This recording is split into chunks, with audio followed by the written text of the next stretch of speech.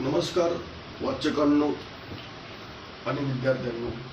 आजचा जो व्हिडिओ आहे त्या व्हिडिओचा विषय आहे की इनर्शियल टाइम ऑफ रेफरन्स जी आहे, ही इनर्शियल टाइम ऑफ रेफरन्स जी आहे ना, ही मुळामध्ये सन आणि अर्थ यांच्या सेंटरला, म्हणजे इनर्शियल फ्रेम ऑफ रेफरन्स ही सन आणि अर्थ यांच्या दरम्यान आहे. आणि non inertial frame of reference जी आहे ना, ही सन, अर्थ आणि मून यांच्या दरम्यान. खऱ्या अर्थाने ना टाइम ऑफ रेफरन्स जी आहे ना, ही सन,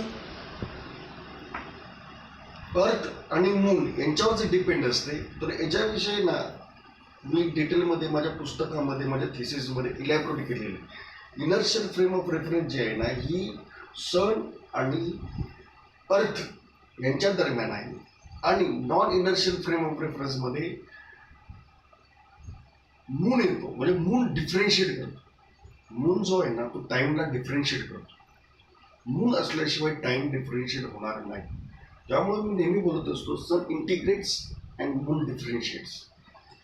तर याच्याविषयी डिटेलमध्ये मी माझ्या थिसिसमध्ये आणि माझ्या पुस्तकात लिहिलेलं आहे.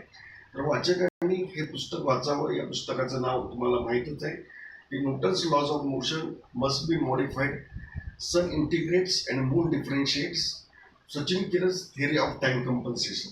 या नावाने हे पुस्तक जे आहे हे स्टीफन हॉकिंगच्या ब्रीफ हिस्ट्री ऑफ टाइम वर कमेंटरी आहे. त्याचा थोडक्यात पुढचा भाग आहे.